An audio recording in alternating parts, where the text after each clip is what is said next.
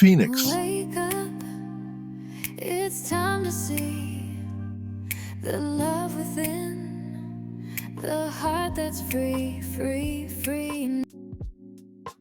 Seneca's Happy Life and Spinoza's Philosophy of Happiness.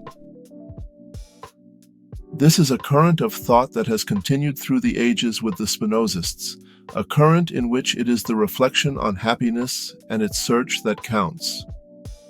Paradoxically, it should be noted that only people who do not consider themselves happy can have a focus on this work of seeking happiness.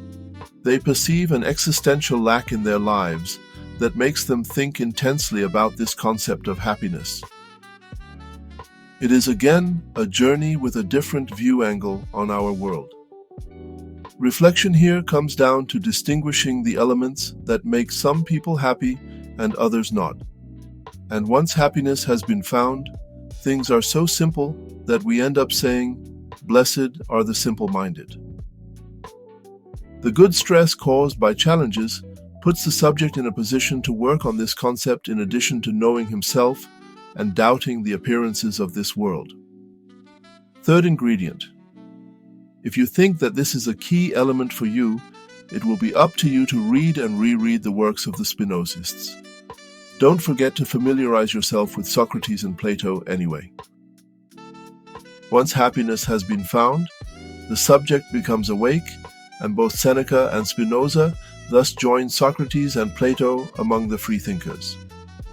I will make here the hypothesis that I will keep throughout this book. Once individuals know themselves, have intensely doubted appearances, and have found happiness, they are all equally free thinkers and recognize each other. They are free, equal, and fraternal, even when they keep on developing themselves to become even more aware. This is a connection with the motto of France, Liberté, Égalité, Fraternité. What then differentiates these awakened subjects from each other? Mainly the projects and the objectives they set for themselves. Because inactivity would quickly make an individual fall back into the cave, I was somehow close and far from waking up 6 times before, each time progressing further as if I was climbing a mountain, with rest houses on the path. In 1995, when I got my baccalaureate and was on a direct track to become an engineer.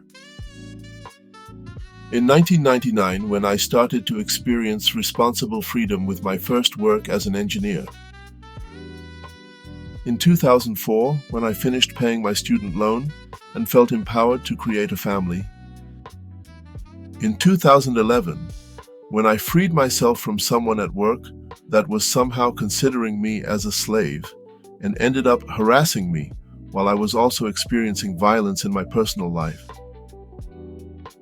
In 2013, after a phase where I was thinking thoroughly about life and philosophy, as I first thought about divorce, but, unfortunately, I chose to stop thinking hard, and laziness replaced my assertiveness. In 2020, when I look back again at my life at home and decided to leave home for 4 months, experiencing loneliness and calmness again. I could add a 7th time at birth. And now then, the 8th time is the good one. A saying states that you will fall 7 times and rise 8 times. A link with 8 representing the infinity. Anyway, I plunged 3 times into a depressive mindset because I no longer had the vital impulse that allows me to have projects and to act. Without action, reflection is not enough to stay awake. Today, I have chosen several professional projects. Several writing projects, a life project as free-thinking coach, a philosophical education project for my children, a project to author more music, a project to develop public social media accounts into micro-influencer accounts, and a project to pass the baton. I'm now getting into project mode more and more regularly. The level of unhappiness that I experienced during depressions and crises are big parts of the journey that led me to wake up. In fact, I experienced a new crisis recently until I decided to leave home for good, now that my kids are on track to succeed in their studies and coming up careers. The good stress caused by a crisis or a trauma pushes the subject to work on himself to find a way out of the crisis.